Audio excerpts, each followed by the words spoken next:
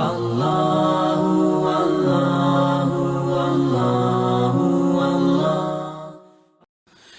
جب ہم پریشانیوں میں زیادہ آ جاتے ہیں تو ہماری زبان پر خدا خدا ہوتا ہے، مگر عمل سے ہم کوئی چیز ثابت نہیں کر پاتے۔ مگر یہ آل محمد کا طریقہ ہے۔ دشمن اس لیے مطمئن ہے کہ ہم نے قید میں ڈال دیا، اور امام اس لیے مطمئن ہے کہ میرا رابطہ خدا سے گہرا ہو گیا۔ صلوات بھیجے محمد اور آل محمد۔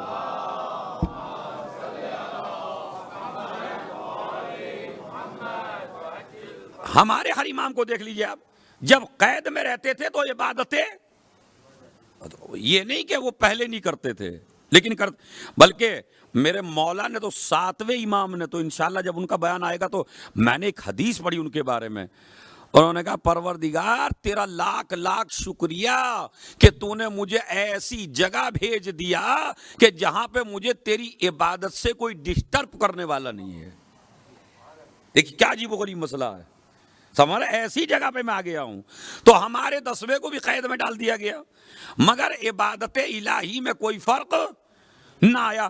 ہمارا چھوٹا سا یہ ہے ہماری ہادیان دین کے حوالے سے ذمہ داری، تھوڑا سا بیمار پڑ جائے ہمارے گھر میں کوئی آدمی، تھوڑی سی بیماری آ جائے، تھوڑی سی پرابلم آ جائے، تھوڑی سی پریشانی آ جائے، تھوڑی سی مصیبت آ جائے، سب سے پہلے ہم اللہ کے اوپر کچھ بولنے شروع ہو جاتے ہیں۔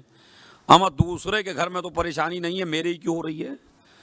میں تو نماز بھی پڑھتا ہوں، دعائے توسل بھی پڑھتا ہوں، عبادت خدا بھی کرتا ہوں، خمس بھی دیتا ہوں قبلہ۔ ایسے لوگ ہمارے پاس بھی آتے ہیں، میں خمس بھی دیتا ہوں، میں نماز بھی پڑھتا ہوں، میں روزہ بھی رکھتا ہوں، میں غریبوں کی پرورش بھی کر رہا ہوں، اتنا کر رہا ہوں، مگر گھر کی ٹینشن ختم نہیں ہو رہی ہے۔ کبھی اماں بیمار ہیں، کبھی ابا بیمار ہیں، کبھی بیوی بیمار ہے، کبھی بچے بیمار ہیں، تو یہ کیا ہو رہا؟ شک کرنے لگتا ہے اپنے معبود کے اوپر۔ حالانکہ شک کرنے کے بجائے یا صبر سے کام لو یا شکر سے کام لو، اس لیے کہ وہ کبھی دے کے آزماتا ہے، کبھی لے کے آزماتا ہے، اور امتحان اسی کا لیتا ہے جس کو پسند کرتا ہے، ہر کسی کا امتحان نہیں لیتا ہے۔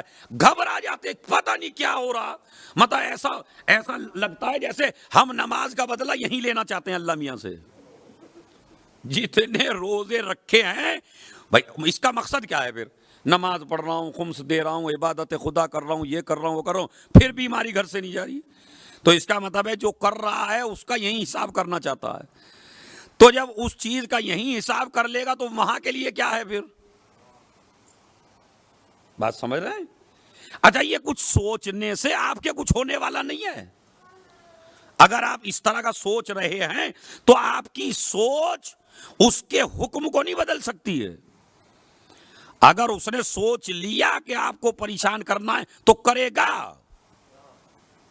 بات سمجھ رہے ہیں؟ میرا مسئلے کو تھوڑا سا گہرائی سے سوچئے اور اس کو سمجھیے کہ اللہ کے حکم کے سامنے صبر کیجئے یا شکر کیجئے، اعتراض نہیں کیجئے، ورنہ ارے پر وہاں ساری مصیبتیں ہم پہ ہی ہیں، اس کا مطلب ہے اللہ ہمیں نہیں چاہتا۔ تو یہ بتائیے، آپ نے زیادہ پریشانیاں اٹھائیں، آل محمد نے زیادہ اٹھائیں؟ بتائیے۔ ہاں بھائی جوانوں، آل محمد نے زیادہ اٹھائی؟ اچھا، سب سے محبوب کون تھے اللہ کے؟ وہ بھی آل محمد تھے۔ اور سب سے زیادہ پریشانیاں کن لوگوں نے اٹھائیں؟